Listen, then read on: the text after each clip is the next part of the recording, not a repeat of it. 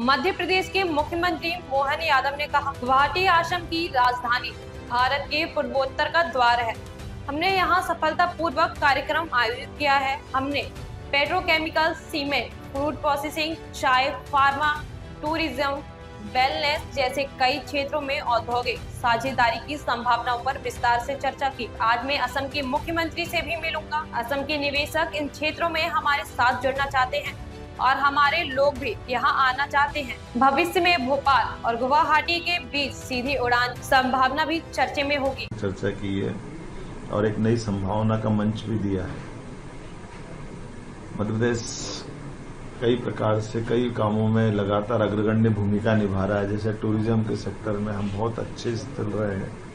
इंडस्ट्रियों को लेकर के भी पिछले 2 साल से जब से हमारी सरकार बनी है, हेवी इंडस्ट्री हो, एमएसएमई हो, लघु कुटीर उद्योग हो, सभी सेक्टर में, सर्विस सेक्टर में, हेल्थ सेक्टर में, हर सेक्टर में अब हमारी बहुत अच्छी संभावना बन रही है।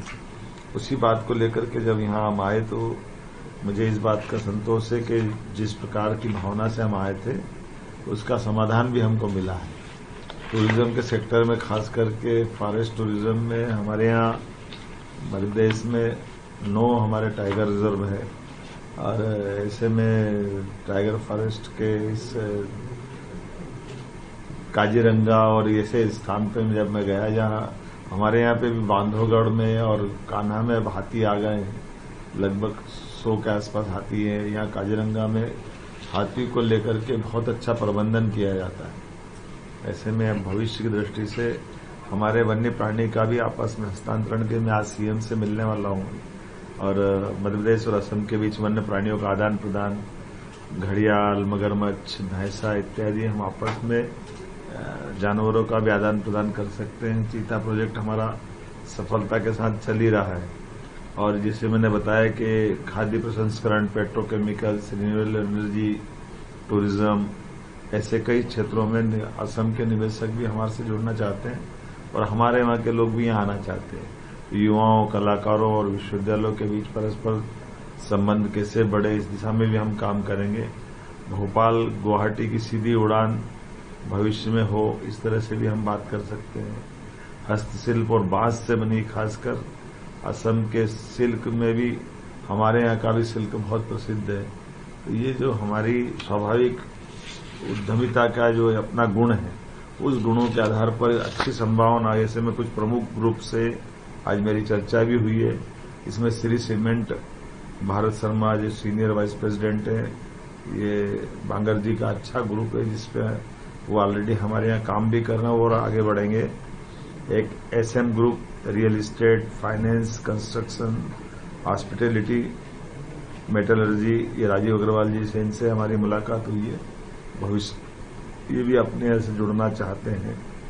एक लोहिया समूह है जो स्टील, सीमेंट, एसी ब्लॉक, फेरो, मिस्र, धातु, पेपर, रियल इस्टेट, लॉजिस्टिक इत्यादि में काम करते हैं। कैलाश चंद्र लोहिया जी, इनकी तरफ से राहुल लोहिया जी से हमारी मीटिंग हुई है।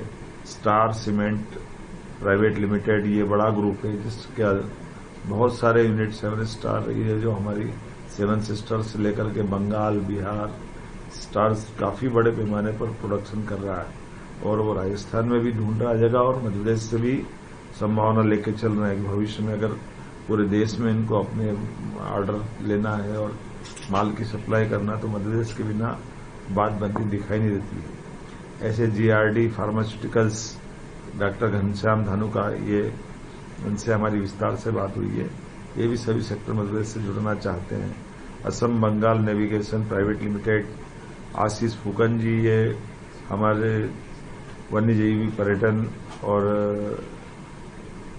क्रूज जो इको टूरिज्म इत्यादि क्षेत्र में काम करना चाहते हैं, इनको भी हमने विस्तार से हमारी पॉलिसियों के बारे में बताया और भविष्य की संभावनाओं पर काम कर रहे हैं।